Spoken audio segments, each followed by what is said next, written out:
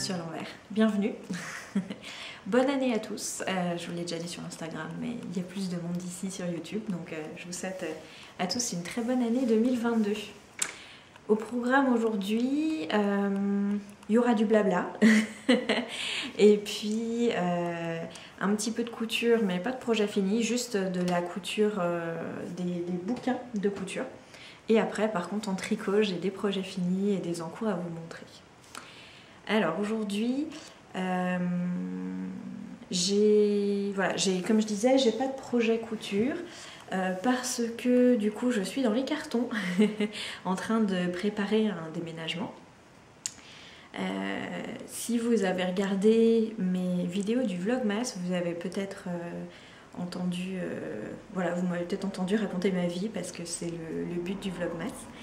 Je dois dire que c'était assez rigolo de faire le Vlogmas cette année. Je pense que le format me va bien, de faire seulement une vidéo par semaine au lieu d'une vidéo par jour, parce qu'une vidéo par jour, j'aurais rien d'intéressant à montrer, enfin rien d'intéressant. J'aurais pas le temps en fait de monter un petit peu tous les jours et puis de filmer la semaine quand je travaille. Honnêtement, je fais rien de très spécial à la maison et je peux pas filmer au boulot. Donc c'était surtout les soirs, les fins de semaine et les week-ends où je filmais et où je faisais des choses qui étaient plus intéressantes pour moi à filmer et à monter. Donc j'ai fait 4 vlogmas et c'était rigolo. Donc vous avez pu voir un petit peu les autres facettes de ma vie quotidienne. Donc la cuisine, notamment la cuisine coréenne, c'est quelque chose qui vous a beaucoup intéressé, que je fais depuis que j'ai vécu en Corée. C'était il y a 10 ans maintenant. Ça commence à dater, ça fait quelque chose de passer la barre des 10 ans. C'est quand j'étais étudiante du coup que je suis allée vivre là-bas. Mais aussi les plantes, mes petits animaux et puis donc mon projet de déménagement. Fin décembre, début décembre, j'ai eu l'opportunité de changer de poste. En fait, donc je continue à travailler sur la même thématique, sur la même chose, mais sur un autre territoire. Donc je vais quitter la Picardie et je vais aller vivre en région lyonnaise. Donc à l'ouest de Lyon, dans les monts du Lyonnais, vers l'Arbrelle, pour ceux qui connaissent. Et je vais aller travailler là-bas et donc je déménage début février. Donc il me reste plus beaucoup de temps, je suis dans les cartons, j'ai mis mes cartons, mes tissus en carton, mes patrons en carton, mes machines à coudre, enfin ma machine à coudre et ma surjeteuse. Et dans le meuble juste à côté, c'est mon meuble de laine. Mais la laine, je la garde à la fin parce que c'est hyper pratique pour le déménagement, pour protéger en fait toute la vaisselle. Je l'ai déjà fait donc quand j'ai fait mon premier déménagement c'était pas mon premier déménagement, mais mon déménagement avec un gros stock de laine, quand je suis venue de Saône-et-Loire jusqu'en Picardie. Et c'était top, la laine pour boucher les petits trous et surtout pour bien protéger les verres, les assiettes et tout. Voilà, donc je garde encore le meuble de laine. Donc je peux continuer à tricoter, mais pour l'instant, la couture, j'ai arrêté là depuis la semaine dernière. Mais par contre, je suis hyper motivée pour reprendre la couture après, parce que, donc, comme vous le voyez, j'ai eu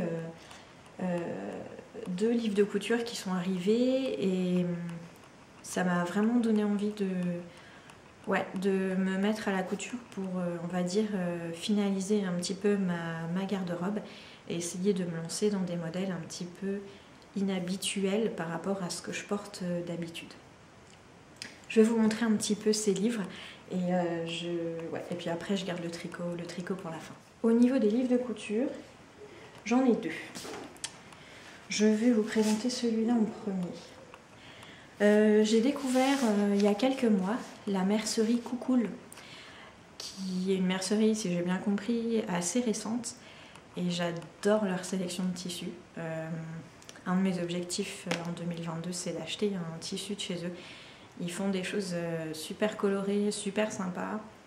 mais pas que en viscose.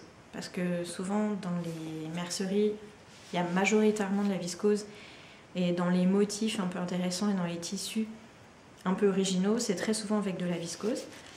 Et là, même dans les tissus en coton ou en lin, ils ont des choses originales, sympas et modernes. J'aime beaucoup ce qu'ils proposent, leur sélection de tissus, mais aussi leur sélection de livres. Le livre que j'ai décidé de commander, ça m'arrive rarement, ça m'arrive rarement. Je commande pas de magazines de laine. Je sais, parce que assez souvent, dans ce qui est proposé, il n'y a pas beaucoup de patrons qui me plaisent.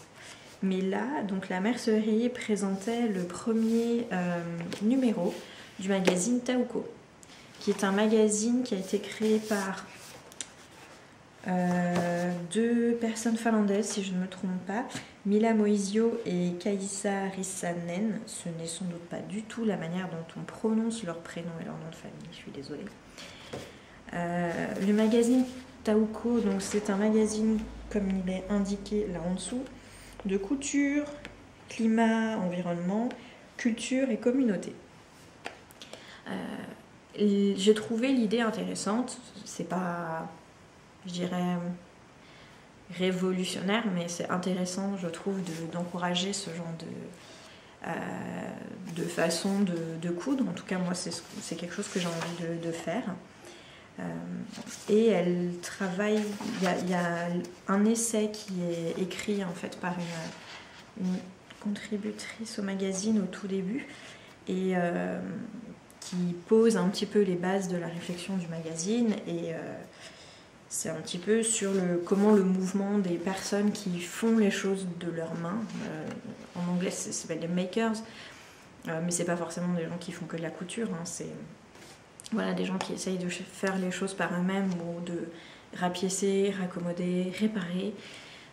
Comment est-ce que tout ça peut essayer de révolutionner, au moins de changer un petit peu l'industrie de la mode. Donc moi, c'est une idée qui me semble intéressante. Et voilà, j'ai voulu acheter ce magazine pour voir un petit peu ce qu'il proposait. Les essais à l'intérieur sont très, très bien écrits et très bien illustrés également.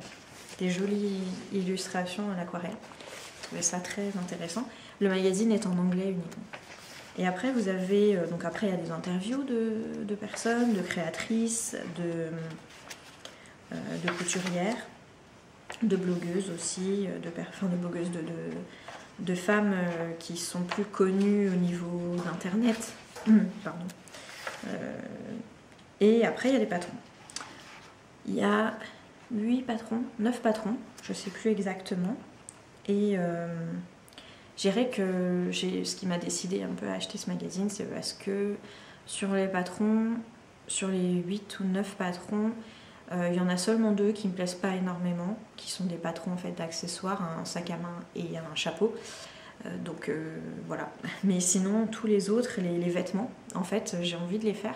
Donc c'est pour ça que j'ai décidé d'acheter ce magazine aussi en format papier et pas d'aller juste acheter un patron ponctuel. Donc là, par exemple, vous avez Base qui est leur robe basique. Donc c'est une robe longue avec une fente en bas qui peut se faire avec des manches longues ou des manches courtes.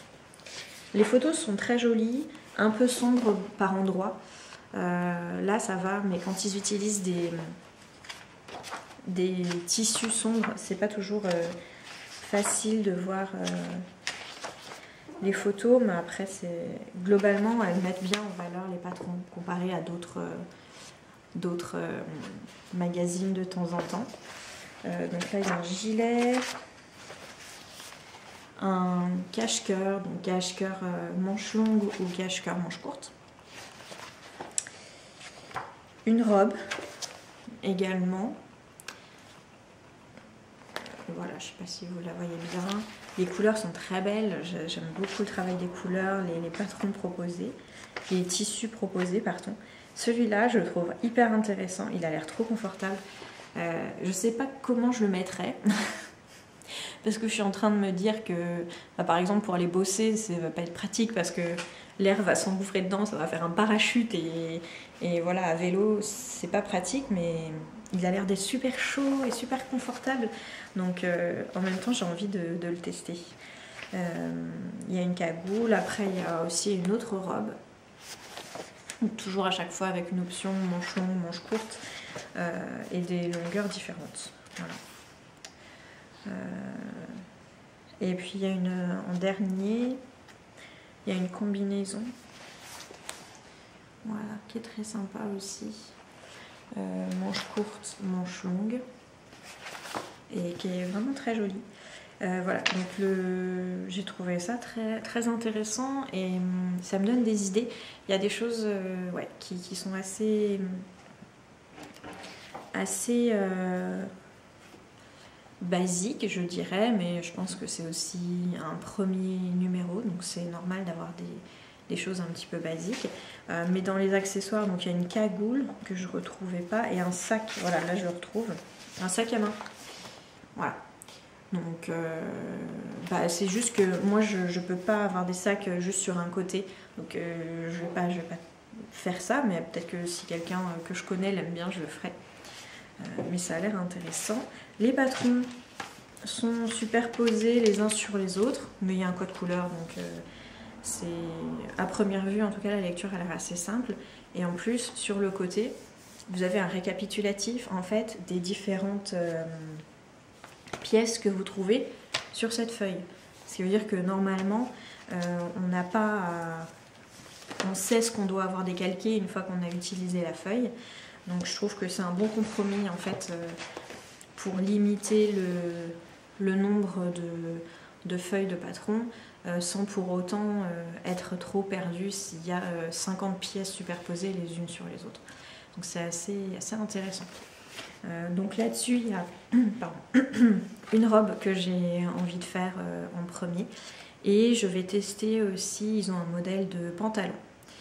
Et là, cette année, en couture, j'avais vraiment envie de tenter les pantalons. J'avais essayé un petit peu les jeans. J'avais pas trouvé de tissu super pratique, pratique à porter pour moi, dans lesquels je me sentais bien. Et là, j'ai envie de retenter l'expérience parce que du coup, j'ai pris un petit peu d'expérience en couture. Et là, depuis 1 ou 2 ans, il y a beaucoup de patrons de pantalons qui sortent, axés vraiment sur le confort, avec des ceintures élastiquées, avec un éventail de taille assez large. Et j'ai envie de tester pour essayer d'en trouver des qui me conviennent à la fois au niveau esthétique et aussi au niveau confort. Donc voilà, le Taouco. Les tailles des patrons, il y a 9 tailles, donc elles sont numérotées de 1 à 9. Au niveau du tableau des mesures, j'ai pas le tableau des mesures. J'ai les mesures finies. Mais donc par exemple, autour de poitrine,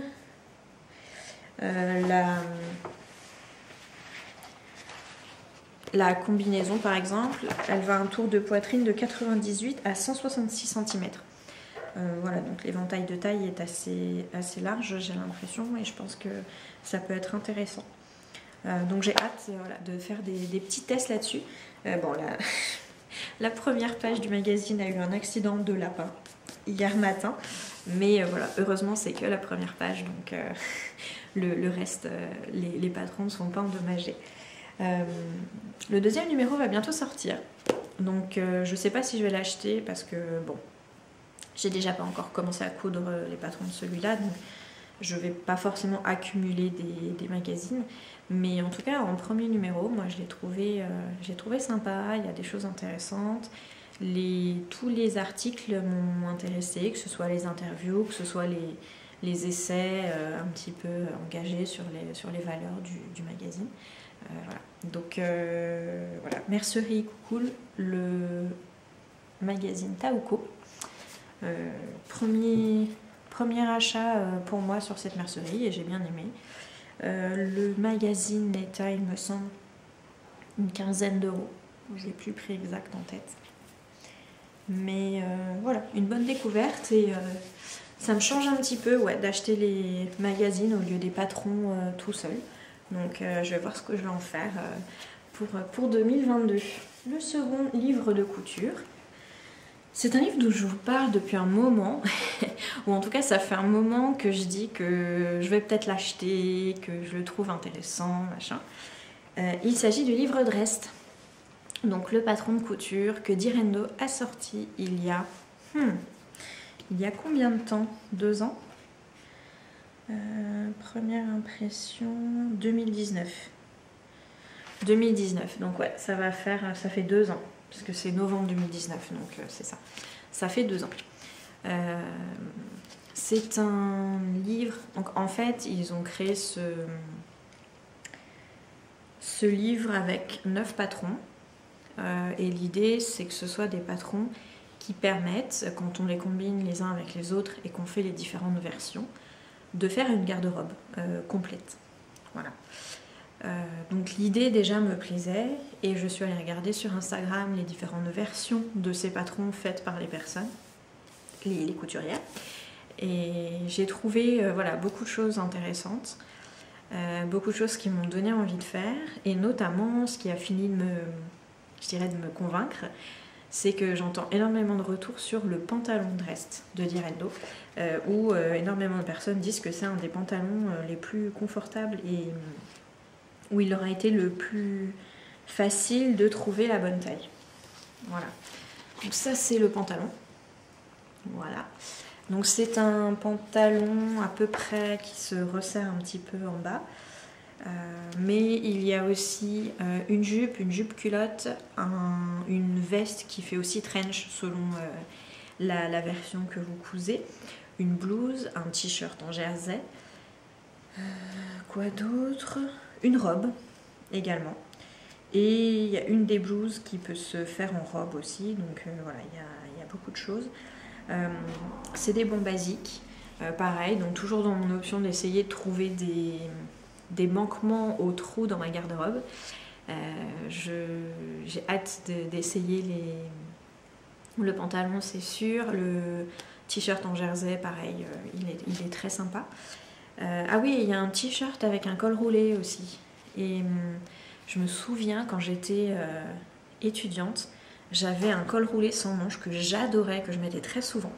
Et bon, au bout d'un moment, il est mort de sa belle mort parce que j'ai tellement porté qu'il était très usé. Mais je sais pas pourquoi, je garde toujours l'idée de ce col roulé sans manches. Et du coup, j'ai envie de m'en recoudre avec le patron qui est dans le livre. Je vais essayer de vous le montrer si je le retrouve. Donc ouais, c'est un cadeau très sympa. Il est là, le col montant. Et les patrons n'existent que dans le livre. Vous ne pouvez pas les trouver vendus individuellement sur internet. Ils n'existent que en livre. Donc le livre par contre existe en version papier ou en version e-book. D'ailleurs c'est marrant parce que ce livre, c'est ma mère qui me l'a offert à Noël. Et la version e-book était un peu moins chère. Donc je lui avais dit, tu peux m'offrir la version e-book, hein, c'est pas un souci. Parce que de toute façon, dans le livre, il n'y a que les instructions, donc que ce soit en version papier ou en version numérique, ça ne change rien pour moi. Mais elle n'arrivait pas à m'offrir un cadeau numérique qui ne soit pas matériel. Et du coup, voilà, elle m'a offert le livre. Donc ça m'a... Voilà, c'était rigolo la conversation qu'on a eue sur la question. Donc ce livre, voilà, très, très contente, il me motive beaucoup à coudre. C'est un livre qui fait 140 pages, il n'a pas l'air comme ça mais il est quand même bien substantiel. Et la très bonne surprise, à laquelle je ne m'attendais pas du tout, c'est les 70 premières pages qui sont dédiées à une méthode qui est proposée en fait par Direndo pour, on va dire, réfléchir sa garde-robe d'une manière globale.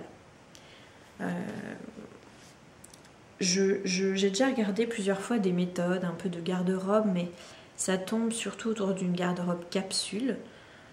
au final dans le mouvement minimaliste, c'est-à-dire choisissez 3 pulls, 3 culottes de pantalon et faites des choses qui s'accordent ensemble et puis après vous faites un roulement et vous les mettez tout le temps. Mais j'ai jamais trouvé des choses qui me conviennent et à chaque fois il y avait vraiment ce côté minimaliste d'essayer d'avoir le moins de vêtements possible dans sa garde-robe, qui moi n'est pas forcément un objectif. J'ai pas beaucoup de vêtements. Toutes les personnes qui voient ma garde-robe font toujours cette réflexion en me disant ah t'as pas beaucoup de vêtements. Bon, bon. Mais c'est pas un objectif. Mais je sais que souvent je me retrouve à avoir du mal à mettre certaines pièces, pas parce que je ne les aime pas ou parce qu'elles ne me vont pas, mais parce que soit j'arrive pas à les accorder avec quelque chose. Donc par exemple un haut, j'ai qu'un seul pantalon qui va avec, ce qui fait que si le pantalon il est au sale, je n'arrive pas à trouver d'autre manière de mettre ce haut, donc il attend que le pantalon soit propre. Soit à l'inverse, des pièces que j'aime beaucoup mais que je ne mets pas parce que j'ai pas forcément l'occasion de les mettre, parce que soit c'est pas assez habillé pour le travail, soit parce que au contraire c'est un vêtement qui est trop, je sais pas, qui est pas assez confortable et du coup je le mets pas. Bref, je sens, enfin voilà, j'avais envie de prendre un peu de hauteur par rapport à mes vêtements. C'est un peu bizarre de dire ça comme ça, mais de réfléchir un petit peu. Et j'ai trouvé que la méthode dans ce livre est super intéressante. D'autant plus que c'est une méthode qui se focalise sur une garde-robe en général. C'est pas une méthode qui est axée sur une garde-robe faite à la main. C'est vraiment sur les vêtements. Donc après, elle vous permet de déterminer un petit peu les vêtements dont vous avez besoin, les tenues dont vous avez besoin. Mais après, les vêtements, si vous voulez, vous les faites, vous les achetez, vous les achetez d'occasion, vous les récupérez de chez quelqu'un, vous faites comme vous voulez. Mais la méthode, elle est vraiment utilisable séparément des patrons. Et c'est ça que j'ai trouvé très intéressant. Et d'ailleurs, à Noël, toutes les personnes qui étaient avec moi ont lu la partie garde-robe, conseils de garde-robe, et ont trouvé ça intéressant, et même si elles font pas de couture en fait. Et j'ai trouvé que c'était assez intelligent de la part de Direndo. Voilà, donc c'est pas forcément révolutionnaire parce que dans le sens où je pense que si les personnes réfléchissent bien à la garde-robe, à leurs vêtements et à leur tenue, il y a une partie qui est, je dirais, du bon sens, de la logique, mais à laquelle moi j'avais encore jamais pensé. Donc quand j'ai lu, j'étais là, oh, c'est trop intéressant, oh oui mais ça j'avais pas pensé, ah mais ça met le doigt sur mon problème et tout. Donc je pense que ça va m'être vraiment utile et ça va me permettre de bien choisir en fait ce qu'il me faut. Et surtout ce que j'aime bien, c'est que la méthode elle aborde votre garde-robe pas par rapport aux tenues, mais par rapport à ce que vous faites dans la vie de tous les jours, aux activités que vous faites. Et du coup, l'idée c'est que les vêtements soient des vêtements que vous aimez, mais qui soient adaptés à ce que vous faites. C'est-à-dire que si vous faites un métier manuel et que vous êtes très souvent dehors, vous n'allez pas vous coudre 50 robes de soirée. Voilà, c'est logique, mais en même temps, c'est un peu plus précis que ça, bien sûr, hein, mais j'ai trouvé ça plutôt bien. Et moi, en tout cas, ça me parlait beaucoup. Donc, je pense que je vais essayer d'être méthodique et avant de commencer à coudre, de regarder un petit peu cette méthode de garde-robe. Enfin, j'ai déjà regardé, hein, mais de la faire. Et de déterminer en priorité en fait les besoins que j'ai, les manques les choses que j'ai besoin de compléter dans les tenues, pour pouvoir du coup coudre des choses que je mettrai bien cette année. Voilà. D'autant plus que je suis Voilà, comme je vous dis là depuis tout à l'heure, je suis hyper motivée pour la couture parce que dans ma nouvelle maison, j'aurai une pièce en plus que je vais pouvoir dédier à la couture. Et je pourrai avoir une table où j'aurai ma surjeteuse et ma machine à coudre tout le temps dehors. Et ça, je pense que ça va vraiment m'aider à coudre plus et à me mettre plus facilement à la couture. Parce que jusqu'ici, depuis... ça doit faire 4 ans que j'ai une machine à coudre. Mais j'avais jamais d'endroit dédié à la couture, donc je cousais sur la table de salle à manger. Ce qui fait que si la table de salle à manger était en bordel et que j'avais la flemme de la ranger, bah, je ne me mettais pas à la couture. Si par exemple il y avait des amis qui venaient manger à la maison, bah, j'allais pas tout sortir tout le fatras de couture pour me mettre à la couture et devoir ranger tout de suite après. Donc effectivement certaines fois je me bloquais sur de la couture ou des petites sessions de couture pour faire des finitions par exemple, parce que tout simplement ça me prenait plus de temps, en tout cas dans ma tête, pour tout installer et tout ranger que vraiment pour faire la session de couture.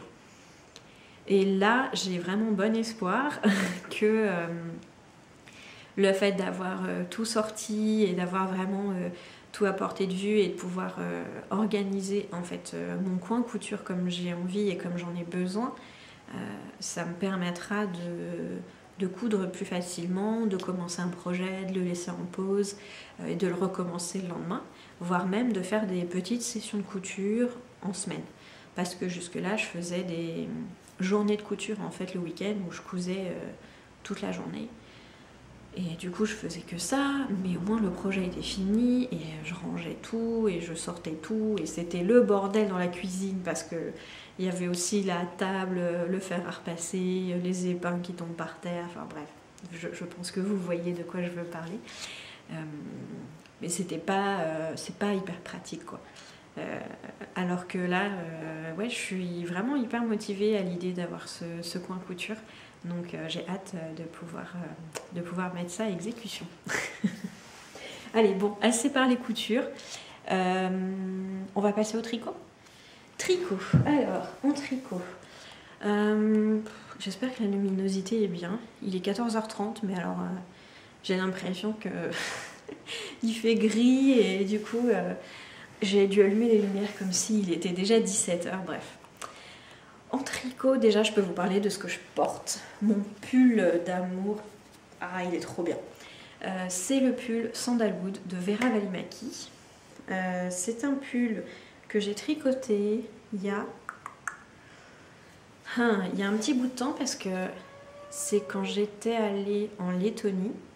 Et ça date d'avant le Covid. Donc ça doit bien dater de 3-4 ans, un truc comme ça.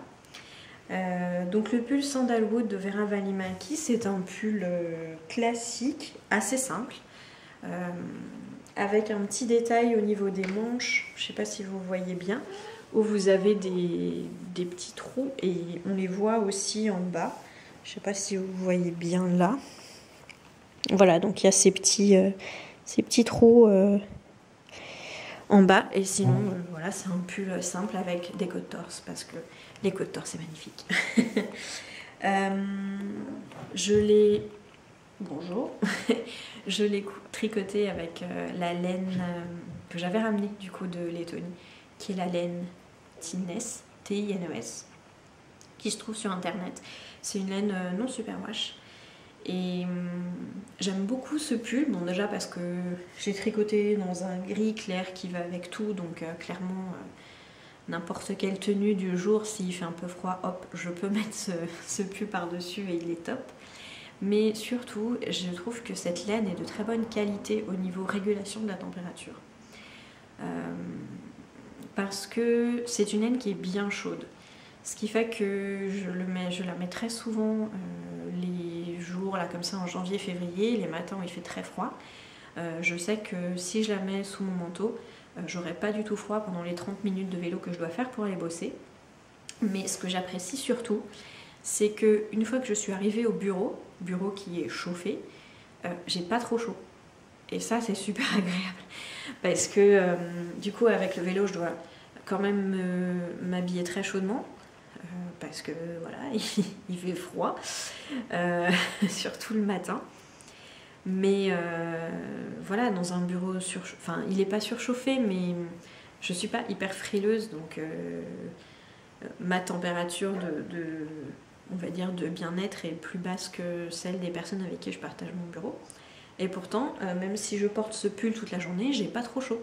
Alors effectivement, je vais pas mettre un châle par-dessus, mais il régule assez bien la température pour que je sois pas surchauffée et que je n'ai pas besoin de mettre une tenue bien chaude pour le vélo et en arrivant au bureau de me changer sur une tenue un peu moins chaude. Bref, tout ça pour dire que j'adore ce pull, j'adore cette laine et c'est, je dirais, un basique de ma garde-robe d'hiver. Voilà. Ah bah il y a le chat là. Voilà, il a pris sa place. En tricot, j'ai fini mes chaussettes. Ah, je les trouve trop sympas. Donc c'est les chaussettes de Yuka. Je sais plus le nom du patron. Mince. Zut. Je sais que c'est basket. Je vous mettrai le nom du patron quelque part par là. Yuka, donc c'est une designeuse japonaise qui fait majoritairement des chaussettes, mais je crois à 99% des chaussettes. J'aime beaucoup ses patrons. J'en ai déjà fait plusieurs, vous en avez déjà vu plusieurs dans le podcast. Et là, c'est un patron de chaussettes en DK. Et ça, c'est absolument génial. C'est la première fois que je fais des chaussettes en DK. Et j'ai adoré. Donc le patron, c'est une chaussette qui se tricote de la pointe vers le haut. Donc vous avez une partie, je vais vous le montrer plutôt de ce côté-là. Donc vous avez une partie avec un point texturé sur le dessus avec des mailles glissées que vous voyez juste ici. Et l'autre petite touche un peu originale, c'est le point au niveau du talon, qui est ce joli point panier. Voilà. J'ai bien aimé faire ces chaussettes parce que les deux points, donc le point texturé ici et le point sur le talon, je ne les avais encore jamais fait. Donc ça m'a fait apprendre deux nouvelles techniques. Ce point-là est très rigolo à faire, il se retient très facilement. Et celui-là, j'adore le rendu. Alors après, ce qui est juste un peu... Ça va très bien pour le talon parce que en fait, ça tient bien. C'est un point qui n'est quasiment pas élastique. Voilà. Comparé à la chaussette, vous voyez la chaussette là, le point jersey classique, il est hyper élastique, mais vous le voyez même sur le talon, ça se resserre un petit peu à ce niveau-là. Donc au porté, c'est prévu pour, ça pose pas de soucis, mais effectivement, c'est pas élastique, donc il faut bien prendre sa bonne taille de chaussette dès le départ.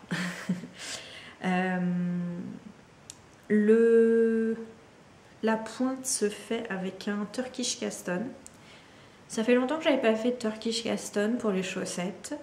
En commençant par la pointe, c'est pas ma méthode préférée. Ça va bien, mais je trouve que déjà c'est pas la plus propre et c'est pas la plus facile à retenir.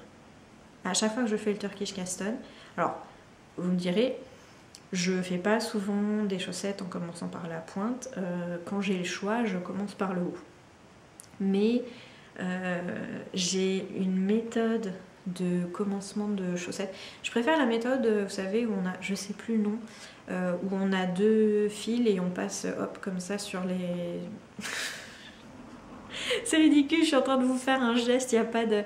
Mais si vous avez essayé, peut-être que vous voyez la méthode dont je veux parler. C'est une méthode que j'ai testée pour la première fois sur des chaussettes de la maison Rilili. Et j'essaierai de vous retrouver le nom, mais toujours est-il que c'est vraiment une méthode que je trouve beaucoup plus intuitive, beaucoup plus rapide et beaucoup plus propre que le Turkish Caston. Mais bon, le Turkish Caston, ça va aussi, hein, c'est pas très grave. Mais c'est moins... Je trouve ça moins propre dans tous les cas. Et après, des côtes-torse et une finition en rabattage tubulaire. Parce que le rabattage tubulaire est le plus beau rabattage du monde. Hein, rien que ça. Mais voilà. Donc comme je disais, les chaussettes en déca, c'est une révélation pour moi. C'est vrai que j'aime beaucoup porter des chaussettes tricotées main à l'intérieur, à la maison, parce que le carrelage en hiver, c'est froid. Et l'avantage des chaussettes, c'est que ça garde un peu les chevilles au chaud aussi, et j'aime bien par rapport aux chaussons. Mais surtout, une chaussette en déca, ça se tricote super vite, et ça, c'est top. Alors, je fais du 38, donc vous allez me dire, c'est pas grave, mais j'étais bluffée par la rapidité de tricot des chaussettes. C'est-à-dire que là, vous voyez, on fait la pointe. Bon, bah, la pointe, on la fait... on fait quelques répétitions, mais le motif, comme c'est de la déca, bah, avant de commencer à faire le gousset, on va juste faire le motif 3 fois, c'est tout. On le fait pas 10 fois, 12 fois, c'est super rapide. Et pareil pour la tige, bon bah là il y a 1, 2, 3 répétitions de motif, et puis c'est fini. Voilà, donc ça donne vraiment l'impression d'aller super vite, parce que on a une laine qui est 2 fois plus grosse. Je l'ai tricoté en aiguille 4, il me semble, ou 4 et demi. Enfin, vraiment, j'ai tricoté la chaussette et un petit moment, je me suis dit « Ah, bon, bah, c'est déjà fini. » C'était hyper agréable. Du coup, j'ai très envie d'en refaire des chaussettes en déca. Donc sur Ravelry, j'ai mis plein de... Enfin, plein.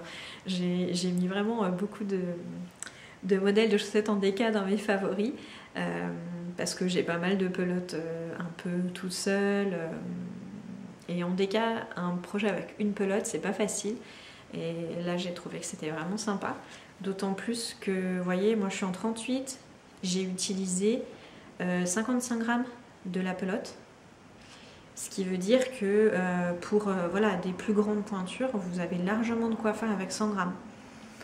Et ça, je trouve que c'est très intéressant. Donc voilà. Donc les chaussettes de Yuka, qui sont très, très jolies. Le patron est très bien expliqué. Elle propose des tutos vidéo à chaque fois pour toutes les techniques. Et en plus, elle vous montre un diagramme au début des étapes de tricot de la chaussette qui est hyper clair, qui montre bien la manière dont on va tricoter, quand est-ce qu'on tricote en rond, quand est-ce qu'on tricote en aller-retour. Je trouve ça vraiment très bien fait, c'est une très bonne idée, je ne l'ai jamais vu ailleurs, je vous l'ai déjà dit la dernière fois, mais très intéressant comme technique d'explication de patron en tout cas, pour les personnes qui ont plutôt besoin d'aide visuelle pour comprendre ce qu'elles vont faire. Je trouve sa méthode d'explication très pédagogique. Voilà.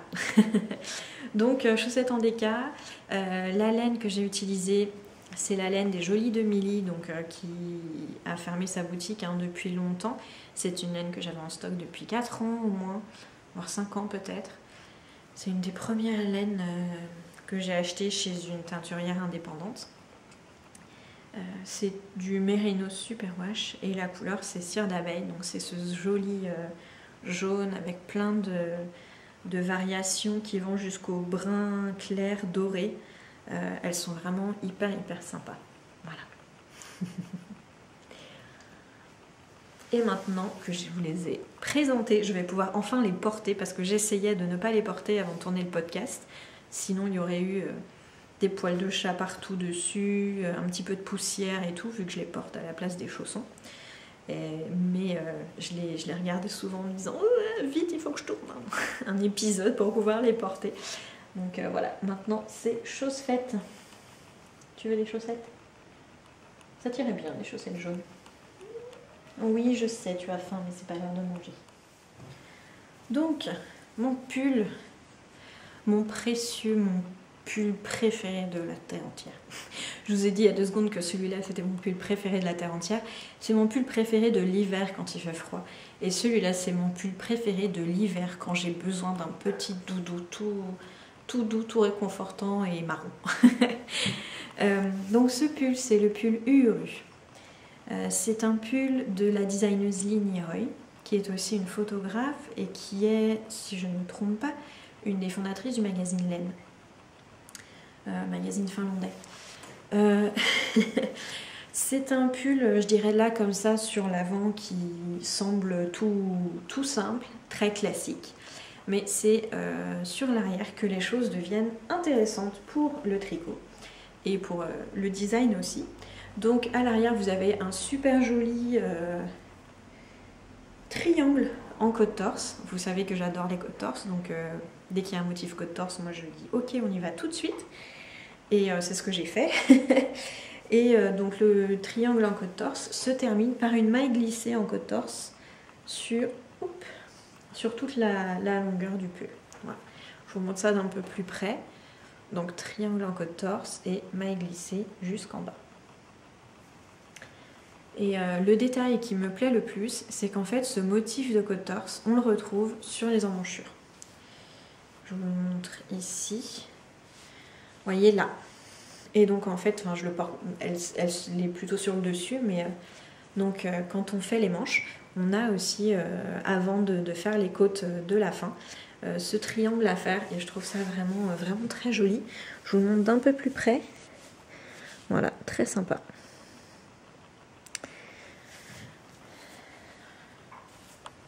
C'est vraiment... Oh, j'ai pas fini de rentrer le dernier fil. Bon, bref. Donc c'est vraiment un pull que j'ai adoré tricoter. Je l'ai tricoté un petit peu plus court que ce qui était prévu. Parce qu'elle, elle tricote des pulls vraiment très longs qui descendent un peu à mi-fesse si vous voulez. Et moi je préfère les arrêter un peu en dessous de la taille. Entre la taille et l'endroit le plus large des hanches. Ce qui fait que j'ai utilisé 2 écheveaux et demi pour faire ce pull. C'est alors normalement, comme je disais, c'est un pull qui se tricote en sport. Enfin, l'échantillon est indiqué sur Ravelry comme étant du fil sport. En fait, sur Ravelry, enfin sur le pull qu'elle a créé, Uru, c'est un fil de fingering plus un fil de mohair. Elle a aussi, il y a quelques mois, sorti le modèle Uru Light qui ne se tricote qu'en fingering. Il est quasiment pareil, mais le col va monter un peu plus. Là, le col, il est très similaire au col que j'ai sur le Sandalwood, peut-être légèrement plus resserré, mais c'est tout. Et le col sur le Uru Light, par contre, il va remonter ici un peu à mi-cou. C'est pas un détail qui me plaît énormément. Bref, donc moi je suis restée sur le Uru normal. Au lieu de prendre un fil sport, j'ai pris une mérinos non superwash. Parce que je trouve que les mérinos non superwash, comme elles gonflent un peu plus au blocage, même si on a 400 mètres pour 100 grammes, on a quand même un fil qui va être un peu plus rond, un peu plus gros. Et du coup, il supporte tout à fait d'être tricoté avec une aiguille un petit peu plus épaisse que du 3,5. Là, il me semble que je l'ai tricoté en 4, ou voire même en 4,5, je sais plus. Mais vous voyez, l'échantillon est top. Il n'y a pas de jour dans le pull et tout. C'est vraiment très bien. Ça rend super bien. Je l'ai déjà fait avec un autre pull. C'est le... comment il s'appelle ?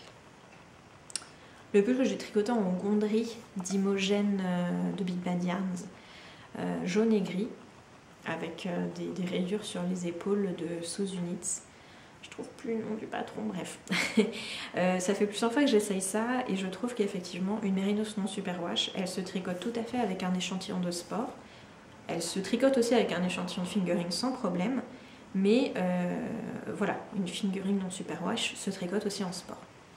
Je vais vous le dire 50 fois, mais au moins ça va rentrer.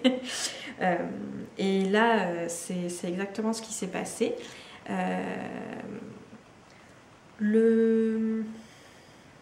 La laine que j'ai utilisée, c'est la laine des pelotes vagabondes que j'ai achetée au Festival Knitted où je suis allée donc début octobre. J'ai acheté donc 3 pelotes du coloris lors du torréfacteur. J'aime beaucoup les couleurs de la pelote vagabonde, je trouve que ce qu'elle fait est vraiment très joli. Souvent elle fait des speckles assez subtils et très bien, enfin ouais, super bien répartis sur la laine et avec plein de petites variations. Je trouve ça vraiment magnifique. Et il y a un an, 1 an et demi peut-être, je sais plus très bien, elle a sorti donc une base Mérinos non Superwash, alors qu'avant elle n'avait que des bases Superwash. Donc je vous l'ai déjà raconté dans l'autre podcast, hein, mais j'avais très envie de tester cette nouvelle base. Il restait, en quantité pull en tout cas, quelques coloris, dont celui-là lors du torréfacteur. Le marron, c'est pas une couleur que je porte beaucoup, parce que vu que j'ai les cheveux châtains, je trouve que ça fait un peu ton sur ton, je sais pas. Mais au final, ça va. Ça me pose pas de problème, je sais pas. Je me faisais toute une montagne de mettre du marron, mais en fait, ça va très bien. Et la laine est très très agréable. C'est une des laines non superwash les plus douces que j'ai pu tricoter. Elle est aussi douce que celle de Maison de Septembre. Maison Septembre a aussi une Mérinos non superwash. Je crois que c'est la numéro 1, qui est extrêmement douce. J'ai l'impression que c'est pas tout à fait la même base. Elles sont différentes, mais celle-là, elle est hyper dufteuse. Elle est vraiment très très agréable à porter.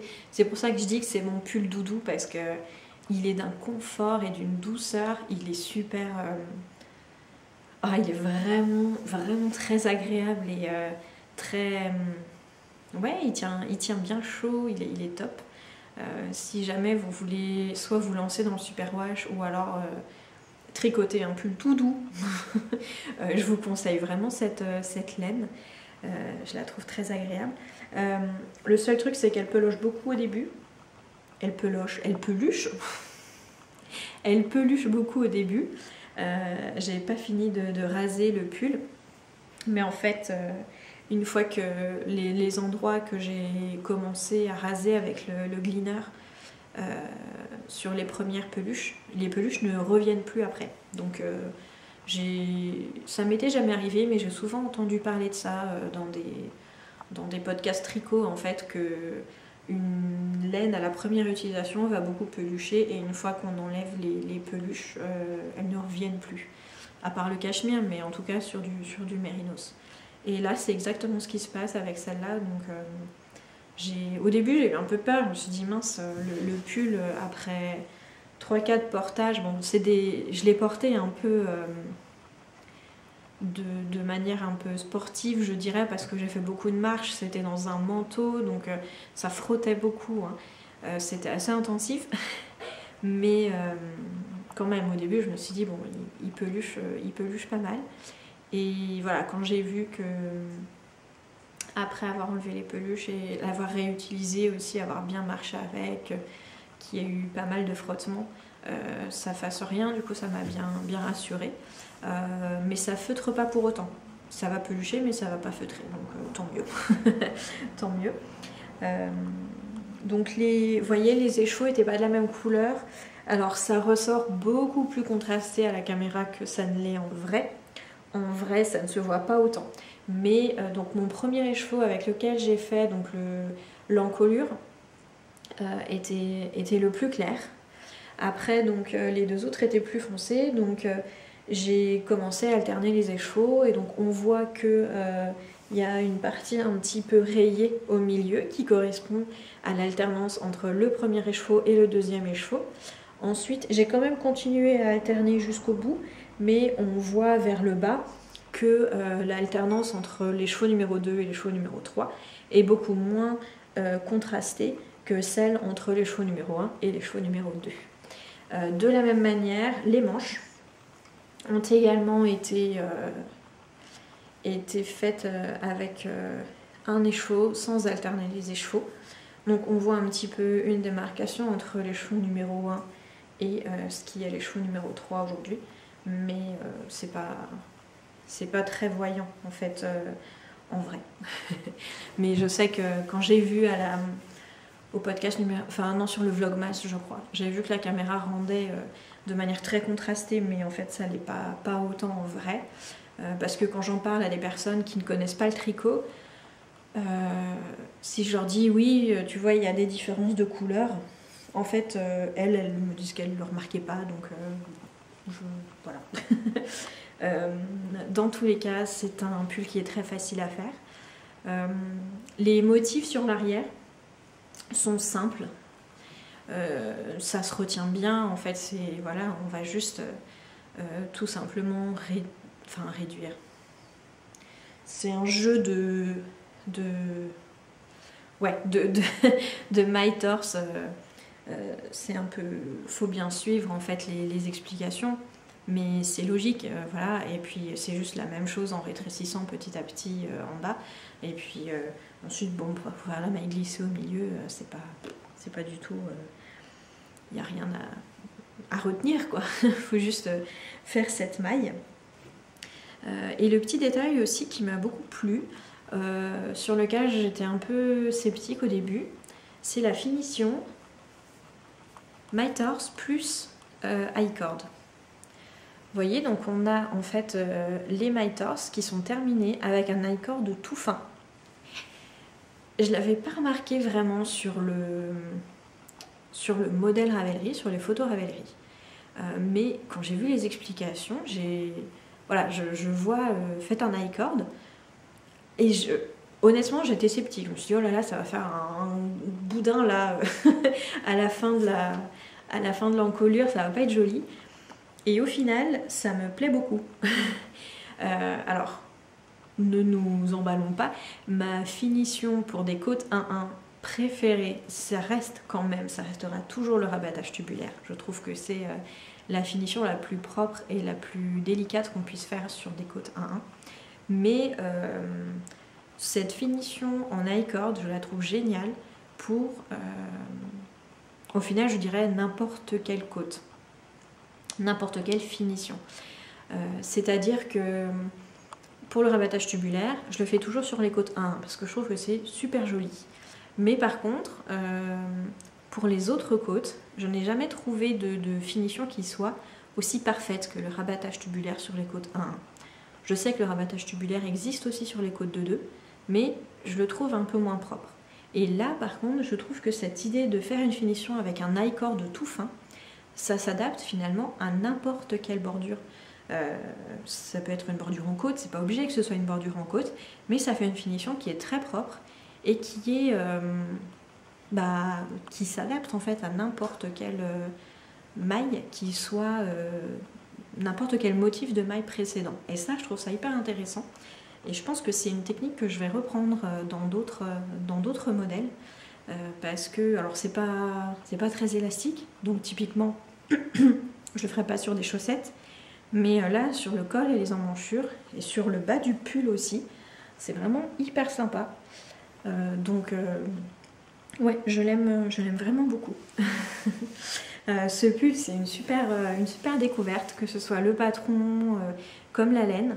Donc j'ai vraiment hâte de tricoter un second modèle de Linyoil que j'ai repéré il y a en même temps en fait que je cherchais Uhuru. L'autre, je sais plus quel est son nom, mais c'est pareil, c'est un patron avec on a la même idée de triangle en fait au niveau de l'encolure, de maille glissée et de reprise du motif au niveau des manches, mais le motif est différent, il y a des noppes et il me semble que c'est en déca, donc je vais voir. Mais en tout cas, vu comme je suis hyper contente de ce pull, ça me donne vraiment envie de refaire un patron de Linyoil. Voilà. Donc, voilà. Ah oui, mon tricot en cours. Mon tricot en cours. Je vous en parle tout de suite. C'est un tricot que vous avez déjà vu si vous suivez le podcast depuis le début. C'est un des premiers patrons que j'ai montré sur le podcast. Il s'agit d'un gilet. C'est le gilet Apple Picking. Voilà, qui se tricote en morceaux. Donc là, vous avez le dos. Il n'y a rien de... Voilà. Le dos que j'ai presque fini. Il me reste 4-5 rangs avant de faire l'encolure. Et il est vert.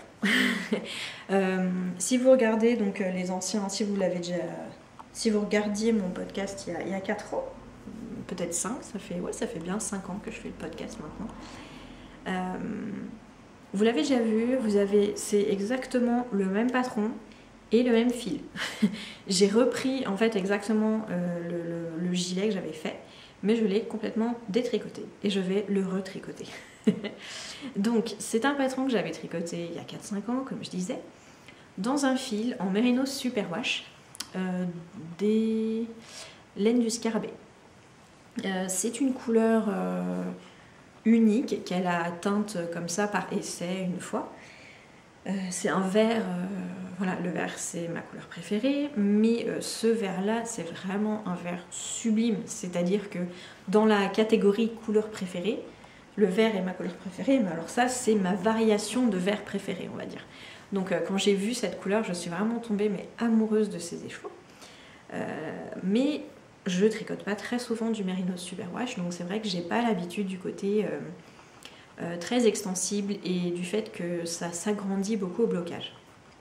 J'avais donc tricoté ce gilet en taille M, qui était la taille qui me convenait selon le tableau de mesure. Il avait pas mal grandi au blocage, mais ça allait à peu près. Je me suis dit c'est bon, ça va quand même, je vais le porter. Et effectivement au début je le portais, mais petit à petit je le portais plus. Et il s'est retrouvé au bout de, je dirais, 1 an et demi, relégué au fond du placard, et je le portais pas. Pourtant, j'adore la couleur, comme je vous ai dit, et j'adore le patron. Donc j'avais envie, effectivement, d'avoir ce modèle dans ma garde-robe. Donc j'ai décidé de le détricoter et de le retricoter avec tout simplement une taille d'aiguille en dessous. Parce que là, ma façon de tricoter, je pense que je tricote un peu moins serré. Avant, quand je tricotais, à l'époque où j'ai tricoté ce gilet, je devais généralement prendre une demi-taille d'aiguille au-dessus pour arriver à avoir le bon échantillon. Là, j'ai commencé à le tricoter avec la taille d'aiguille préconisée qui est du 3,25. C'est pas grand le 3,25. C'est long de tricoter en 3,25. Et ça a l'air de... J'ai le bon échantillon, donc du coup je pense que voilà. Ça dépend aussi des aiguilles, hein, mais là ça a l'air d'être bien parti. Donc je tricote voilà, avec une taille d'aiguille plus petite que celle que je l'ai tricotée précédemment. Et je le tricote également avec un petit peu de longueur en moins par rapport à la longueur finale pour prévoir en fait du coup l'expansion du Mérinos Superwash au moment du lavage, du blocage.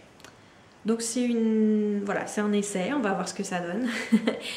J'espère que ce ne sera pas trop petit cette fois-ci, mais bon, on verra bien. J'ai toujours autant de plaisir à le tricoter, je le trouve hyper intéressant, les points sont intelligents, ils sont agréables à tricoter.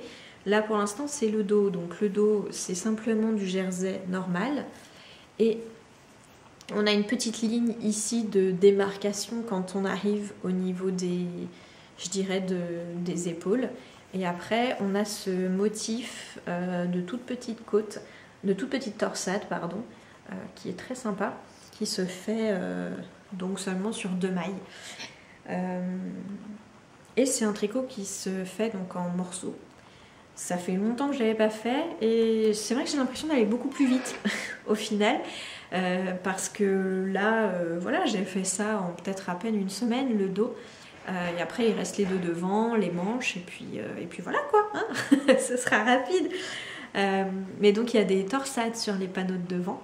Et les manches reprennent le motif du dos avec la mini torsade. Mais par contre, sur le devant, il y a des grosses torsades et du point texturé. Il est très, très sympa, vraiment. C'est un gilet que je trouve très joli. Et donc j'ai vraiment hâte de l'avoir à nouveau dans ma garde-robe et de pouvoir le porter. J'espère que cette fois-ci ce sera la bonne parce que j'avoue que sinon je prendrai une autre laine pour faire ce gilet et puis voilà.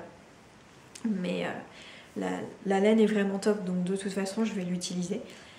Voilà. mais voilà, c'est vraiment un gilet qui me tarde d'avoir fini. En plus, après, j'ai pas mal de projets que j'ai aussi envie de tricoter. Donc, comme je suis mono en cours, je vais pas en commencer d'autres.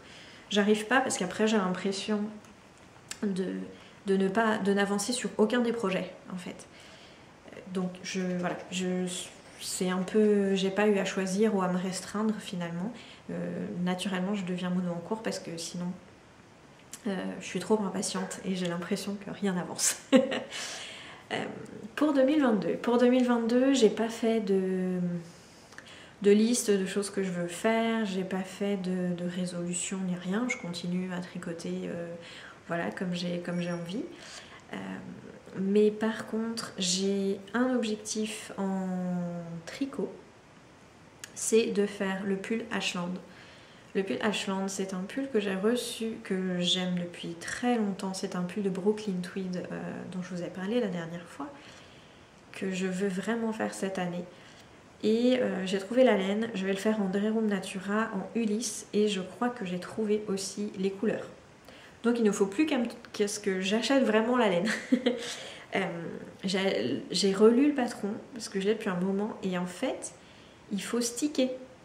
Donc ça va être une technique que j'ai jamais fait du stick. Donc j'ai hâte d'essayer ça. Vraiment, j'ai très envie de tester. Et en plus, il y a du jacquard à 3 couleurs. Donc le jacquard à 3 couleurs, j'en ai déjà fait. J'en ai fait une seule fois, donc ce sera un bon exercice d'en faire une seconde fois. Mais pour le tricot, en tout cas, c'est vraiment la seule impératif, on va dire, que je me donne. Mais j'ai pas mal de laine pour tricoter, au moins jusqu'à cet été, je pense. En couture, mon objectif, c'est pas des patrons, enfin, c'est pas un objectif en termes de patron précis, mais du coup, c'est comme avec le livre Drest et le magazine Taouko, j'ai pas mal de patrons. L'objectif, ça va être vraiment de coudre les patrons que j'ai et d'arriver à trouver les bonnes associations patrons, tissus pour vraiment avoir des vêtements qui durent et qui aillent bien en fait dans ma garde-robe. Et j'ai envie de tester, c'est pas tout à fait un nouveau loisir créatif parce que c'est un peu de la couture. En fait, j'ai envie d'essayer je sais pas vraiment si c'est du patchwork ou du quilt. Honnêtement, je vois bien la différence entre les deux. Le patchwork, c'est plus l'assemblement des différents morceaux de tissu colorés pour faire un motif, et le quilt, c'est plutôt la manière de broder en fait par-dessus un tissu ou un patchwork pour faire un motif. Mais en fait, j'ai vu un livre sur Mercerie Coucoule, encore une fois, qui s'appelle Modern Quilting, qui est, je trouve, magnifique. Les patrons qui proposent dessus, le peu que j'en ai vu, je trouve ça sublime et ça me donne hyper envie de le faire. C'est les motifs en fait où finalement il n'y a pas forcément de motifs, mais c'est plutôt des gros aplats de couleurs qui sont assemblés. Le quilting dessus n'est pas vraiment une forme, mais c'est plutôt fait à la main avec des points un petit peu espacés. Je ne sais pas si vous voyez ce que je veux dire. Je vous montrerai le livre ici. Mais ce livre m'a vraiment tapé dans l'œil. Et en plus, parce que c'est vrai que ça me permettrait d'utiliser les chutes de tissu qui me plaisent beaucoup. J'en ai pas mal. Et parce que j'ai aussi besoin de faire des couvre-lits pour les lits de la maison. J'ai un couvre-lit, au départ je pensais les tricoter. Et puis en fait ça nécessite beaucoup de laine, c'est long. Et j'ai rien trouvé qui me motive vraiment. Alors que là, vraiment les motifs du patron Modern Quilting m'ont vraiment inspirée. Et pourtant, la couture à la main, en général, je déteste ça. Mais vraiment, rien que de coudre des boutons, j'ai l'impression que c'est la fin du monde. Alors que non, pas du tout. Mais là, ouais, je sais pas, ça m'a vraiment donné envie. Donc alors là, sur le site Mercerie Coucoule, il est en rupture de stock. Donc je vais voir si j'arrive à l'avoir autrement ou s'ils vont réapprovisionner. C'est pas urgent. Mais en tout cas, c'est quelque chose que j'ai envie de tester cette année. Toujours dans un optique voilà, d'avoir quand même des choses qui soient utiles à la maison, de pouvoir utiliser toutes ces chutes de tissu parce que voilà, c'est toujours mieux si ça permet de réutiliser des restes dont je ne sais pas quoi faire, parce qu'aujourd'hui mes chutes de tissu, oui, il y a des choses à faire avec, mais par rapport à ce que je peux faire avec des chutes de tissu, je produis des chutes de tissu beaucoup plus vite que le nombre de choses faisables avec des chutes de tissu. Je ne vais pas faire 200 cotons démaquillants, je ne vais pas faire 200 tawashi, 200 trucs. Au bout d'un moment, voilà, je me retrouve un peu à avoir plus de chutes que d'utilisation des chutes. Donc voilà, je pense que ça peut être une option intéressante à étudier. Donc peut-être que ça viendra dans l'année, on verra ce que ça donne. Dans tous les cas, merci beaucoup d'avoir regardé jusque-là. Je pense que je sais pas, on est mi-janvier, non fin janvier. Je déménage donc dans 2 semaines et demie. Franchement j'ai hâte de déménager parce que j'ai envie d'être près de cette ville de Lyon que j'aime beaucoup, de retrouver un paysage de petites montagnes que j'affectionne beaucoup. Le boulot a l'air hyper intéressant, mais en même temps c'est pas facile non plus de quitter cette région. Mon boulot actuel, je l'aime aussi énormément, et puis toutes les personnes que j'ai rencontrées, les groupes d'amis que j'ai pu former, bah forcément je peux pas les emmener. Tout le monde n'a pas envie de déménager à Lyon, voyons. C'est voilà. Mais bon, du coup là je suis un peu entre deux, donc j'ai hâte que le déménagement soit fait pour pouvoir avancer. Et du coup il y aura pas mal de choses super sympas à faire. Donc j'ai trouvé une petite maison en haut d'une petite colline. Petite maison d'une petite colline, tout est petit chez moi. Une maison très sympa. J'ai un bout de jardin. J'ai pris pas trop grand niveau jardin parce que bon, j'ai pas envie de passer des heures à m'occuper de la pelouse. D'autant plus que moi l'entretien du jardin, j'ai plutôt envie de laisser peu entretenu pour laisser la biodiversité se développer, sauf que comme on est dans une zone résidentielle, en général les gens n'aiment pas et se plaignent quand les jardins ne sont pas tondus à ras l'herbe. Donc voilà, j'ai préféré prendre un petit jardin pour ne pas avoir à me prendre trop la tête sur l'entretien et en même temps pouvoir laisser la biodiversité se développer sans que ça ne fâche trop les autres riverains. Mais donc voilà, j'aurai cette petite pièce, cette grande pièce même pour la couture et le tricot, et ça franchement ça m'enchante vraiment. Et j'aurai aussi du boulot pour rénover un peu, parce que donc comme je disais dans le post Instagram de bonne année, j'hérite de la salle de bain la plus moche de la terre. Mais quand je dis la plus moche, c'est vraiment... Ça avait bien commencé parce que la faïence est verte. Donc, vert étant une superbe couleur, hein, comme tout le monde le dit souvent. S'il n'y avait que ça, bon, je me serais accommodée d'une faïence verte, ça aurait été un peu original, ça serait bien passé. Sauf que en plus de cette faïence verte, et surtout ce qui rend l'ambiance encore plus vieillotte, c'est qu'en fait les carreaux de la salle de bain sont ces fameux carreaux jaunes fumés, je sais pas si vous voyez un petit peu, fumé marron là, un peu dégradés, qui sont tellement moches. Je suis désolée si quelqu'un les aime bien, mais franchement, bref, voilà, je trouve ça vraiment très très moche. Donc voilà, on va dire que la faïence verte de la salle de bain est rendue très très vieillotte par ces carreaux jaunes fumés là. Mais en plus, tous les petits accessoires de la salle de bain sont en laiton, et ce sont des sphinx, d'accord, en laiton, qui avec leurs petites pattes de sphinx en laiton tiennent donc le verre à dents, le porte-savon, qui est en plastique bleu marine. Voilà. Donc c'est vraiment, franchement, c'est hideux. Donc il y a des choses qui sont faciles à remplacer, les petits accessoires, les sphinx en laiton là, avec leur truc en plastique bleu marine, ça va dégager tout de suite et ça va être remplacé par quelque chose d'un peu plus minimaliste.